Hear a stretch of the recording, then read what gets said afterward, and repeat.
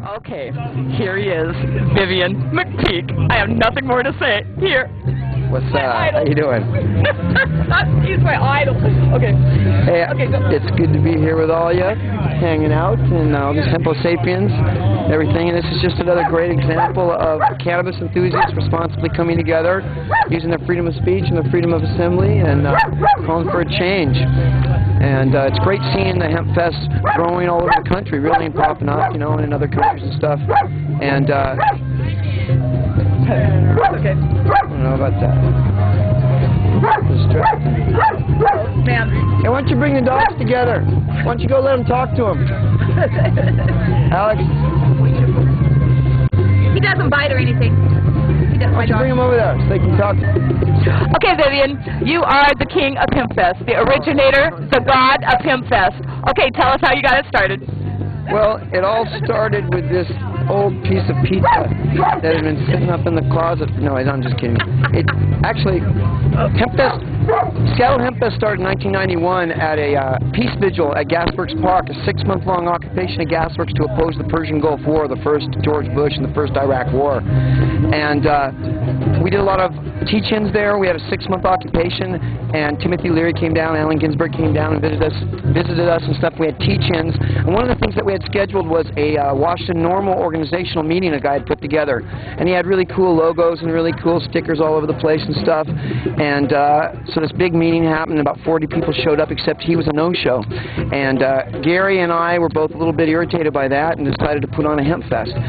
The first one was in Volunteer Park in Seattle called the Alternative Energy Fair, and by the second one it was called Seattle Hemp Fest. Jack Hare was at the first one, and Jack's here today. He's always been great about coming out and supporting these gatherings, you know, and given us a lot of credibility and a lot of legitimacy over the years. And it's really inspiring to be here in Olympia, an hour and a half out of Seattle, and see, you know, the whole vibration of Hemp Fest spreading and flourishing here in this great town, you know, in the capital of our state, you know. It's great. With the Capitol behind us, right behind us. And, you know, I don't see a police presence here. There's not a problem. There's no violence. There's children here. Everything's peaceful. It's a beautiful day out in the park. And basically, if this was a beer fest, there'd probably be something going wrong. Medical use. We need to get brighter here. Okay, what do you think about medicinal purposes? Well, I think that of all of the multifaceted components of the war on drugs and of the marijuana issue, the industrial hemp and the nutritional benefits and the agricultural benefits and the environmental restoration and preservation and economic revitalization and all the various components, I think that medical marijuana is the one that really demonstrates the heartlessness of these policies best. When it's legal to be a healthy person and get sick with tobacco, but it's not legal to be a sick person and feel better or get healthier with marijuana, then obviously our priorities are skewed. And I think that it's an issue that